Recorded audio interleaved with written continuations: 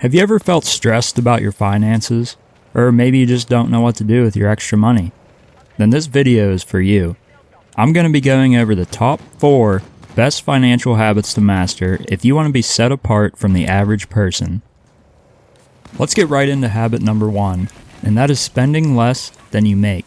Now that sounds pretty obvious, right? But there are so many people out there who spend more than what they actually bring in on a monthly basis. They put everything on their credit cards and then just think that they'll worry about it later. Some people even take out payday loans with a 600% interest rate. I'm sure most of you watching have seen at least a video or two by Caleb Hammer. Lemons and more, Underclan Coffee Streets, Popeyes, Dunkin' Mobile, off. Oh, you're not willing to cut back on anything! The people on there are a perfect example. Most of them are taking out payday loans or putting everything on credit cards. The bottom line is, if you don't have money in your account to buy something that's non-essential, then don't buy it. If you put everything on a credit card and don't pay it off, then you're actually paying more for what you bought. Every credit card has an interest rate, usually around 20%. It may not sound like much, but if you're multiple thousands of dollars in debt, then it can really start to add up. If you happen to be one of these people, then you need to make a plan immediately. Make a plan on how much you can afford to put towards them every month and stick to it. That goes for payday loans as well. Those are usually even worse, however, with much higher interest rates. So, how can you spend less than you make? The absolute best way to accomplish this is by creating a budget. First, you want to start with how much you take home on a monthly basis. This will be what hits your account after taxes and everything else is taken out. Next, you'll want to add up all of your essential bills. These are everything that you have to pay, like your rent or mortgage, electric, gas, water, trash, student loans, car, gas for your car, insurance, and anything else you may have. After having your total mandatory expenses added up, subtract it from the amount that you take home. If this number is positive, then that's great. That means you can afford to save money, invest, and have some fun. If it is negative, then you will either have to find a way to reduce your expenses or increase your income. One of the ways that you can increase your income is with financial habit number 2, creating multiple income sources. Now, this is easier said than done. One of the easier ways to accomplish this is just by simply getting a second job. Maybe you could bartend on the weekends or bus tables for a couple nights a week. This option is great if you're in debt and actively trying to pay it off as fast as possible. Getting a second job will get you more money immediately, but it will be capped by how many hours you can actually work. Another way, and my preferred way, of making extra money is by starting a business. You can make money doing almost anything these days. A good place to start is by taking something that you're passionate about and using that as a foundation to create your business. One of the things I am into is growing my own food. I used to grow a lot of different varieties of hot peppers. I would take the seeds out of them, package them up, and then sell them on eBay. I would make maybe $1 or $2 per pack and sell a couple of them each day. It wasn't a lot of money, but it was a fairly consistent small income.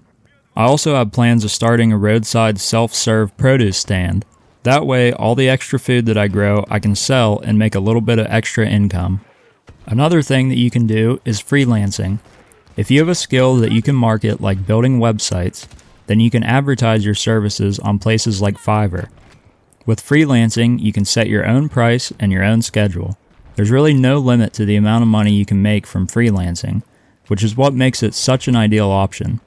Of course, there's also side hustles like driving for DoorDash or Uber, delivering Walmart orders, dog walking, the list goes on. Almost anything you can think of, there's a market for. All you have to do is get out there in your free time and find out what works for you. The next best financial habit that I want to cover is saving. Saving money is what sets apart people who really want to build wealth from your average person. Once you've made a budget, paid off high interest debt, and you've made multiple income sources, you're ready to start saving money. When you first start saving, you want to set a goal. First, I would set a savings rate goal. For me, I try to aim for 30%, but it's all going to depend on you. The minimum I usually see recommended is a 15% savings rate, but if you want to be better than average, I would try for a higher goal, maybe 20%. The next goal should be to save enough money to cover 3 to 6 months of your living expenses. This is what's called an emergency fund. This will be the money you set aside in a high-yield savings account in case of emergencies. This way, if you ever lose your job or have an unexpected expense pop up, you're able to cover it without going into debt. You're essentially becoming your own bank. An emergency fund is one of the absolute best things that you can do for yourself. But once you save it up, you need to forget about it. Don't touch it. If you take money out of it for something fun you want to buy, you'll be starting a bad habit. Once you start a habit, it's hard to quit, so it's better to just never start. Now, once you have an emergency fund, you can do one of two things. You can continue to save money in cash, or you can invest that cash instead. This will depend on your future plans.